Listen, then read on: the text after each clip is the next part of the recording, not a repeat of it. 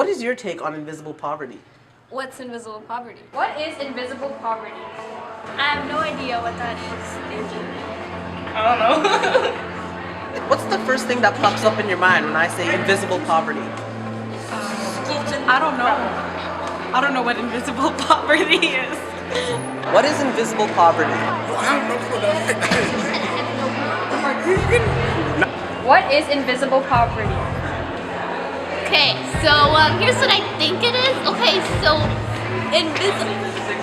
What is invisible poverty?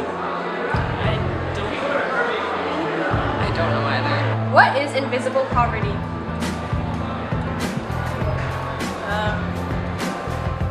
Invisible poverty, a topic not covered because of its lack of awareness, hence its name. You just got a glimpse of how oblivious our society is to a worldwide issue that could be affecting your family, your friends, or maybe even yourself. Apart from the homeless begging on street corners, we never see this kind of poverty through people unless we search for it. For example, poor children who sit in the classrooms of Brampton cannot be compared to or resemble the children that are suffering in Darfur, but they are hungry all the same. This is because we are stuck in the mentality that if something is out of sight, it's out of mind. They are suffering in a hidden way, unnoticed by the eyes of society, which is why we are trying to bring more awareness to it. Now let's take a look over at the causes of invisible poverty. What causes poverty is the social and the political factors that combine to make the poor invisible. Prosperous Canadians simply close their eyes to the poverty around them just because the post-war popular culture glorified the good life. Even after the World War, a lot of poor were left behind.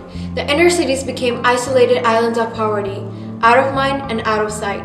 Instead of solving the solution, a lot of nations concluded with the statement saying that poverty is the state for majority of the world's people and nations. They think this is because the poor people have been lazy and they made poor decisions, and they should be solely responsible for their own plight. However, the main reason behind this invisible poverty are the influence-driven or formulated rich people. These can be the leaders of rich countries or other global actors such as multinational corporations, institutions, and influential people. The lack of any effective political voice also kept the poor invisible. In the past, the urban poor had included large number of European immigrants who were aided by the big city political bosses, most of whom had European backgrounds themselves. With such aid, the immigrants and their children often struggled out of poverty and fled the noisy, dirty cities for the calm and quiet suburbs. Whether or not you can see it, but the poorest people still have less access to health, education, and other services. Problems of hunger, malnutrition, and diseases afflict them in the society. Since the poorest are typically marginalized from the society and they have little representation or voice in the public and political debates, it makes it even harder for them to escape this invisible poverty. These were some of the causes of the invisible poverty. Now let's move on to the people who get affected in that society.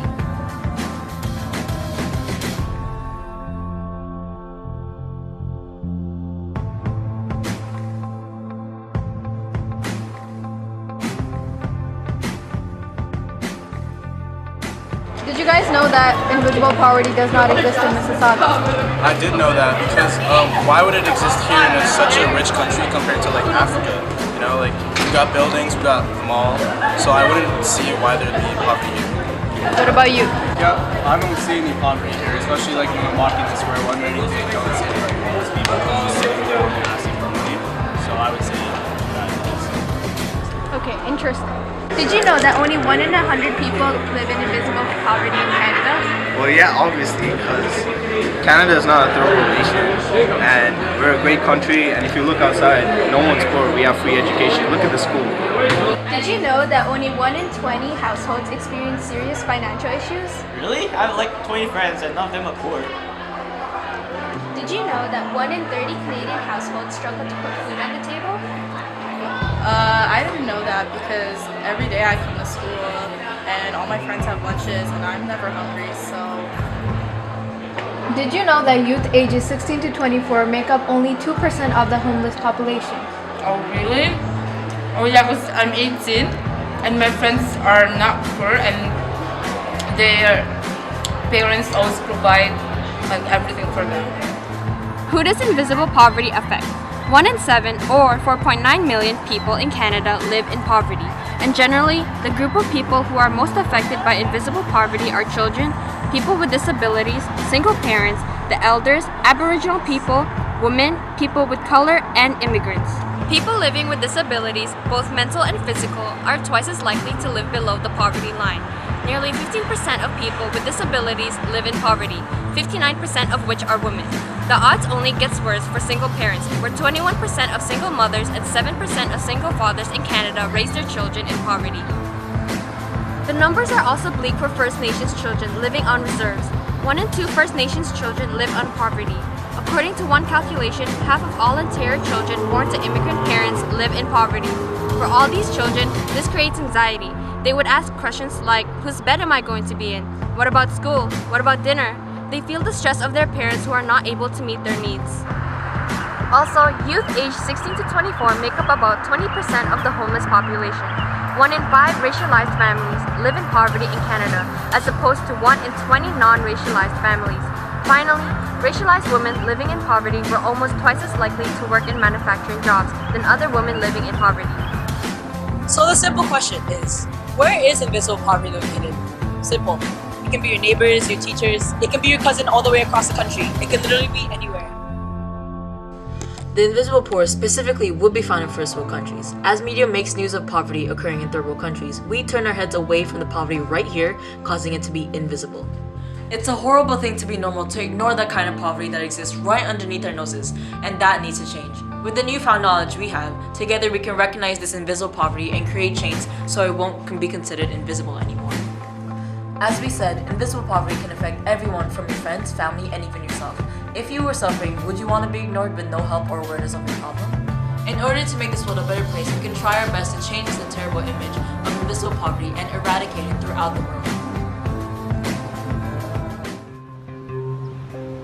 Every day, thousands of Winnipeggers go to work.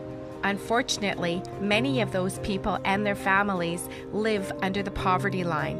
Melissa and Ryan are a young working family. Despite having an income, they're struggling to make ends meet. It would be nice to go back to work, but not being able to afford daycare and pretty much going back to work would only pay for daycare in the first place, so it's not really helping, right?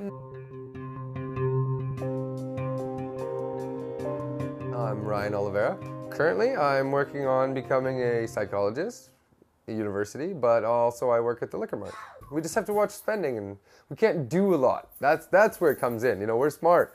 If we were to just go out and do this stuff or run up credit cards, there is certain programs where you can get some food, but you have to also qualify financially, and that's where one thing it kind of helps that the Liquor Mart does rather, they pay good, at least. There are no easy answers to resolving the issues surrounding the working poor. By changing our attitudes and raising awareness, we can make a better future. The House of Commons unanimously resolved in 1989 to eliminate poverty among children by the year 2000. Unfortunately, there was no action plan to back up that bold resolution. The result is that the rate of child poverty is higher today at 17.6% than in 1989 when it was 15.1%. Today's rate is 3 times higher than it is in Sweden.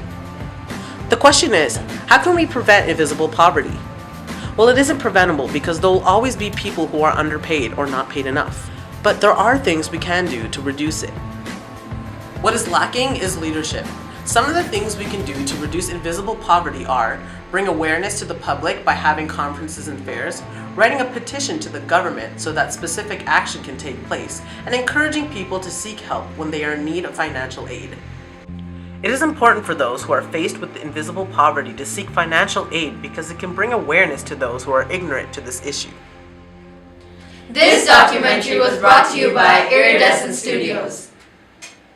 What happened to the lights again? Third time's a charm. It's okay. We're invisible.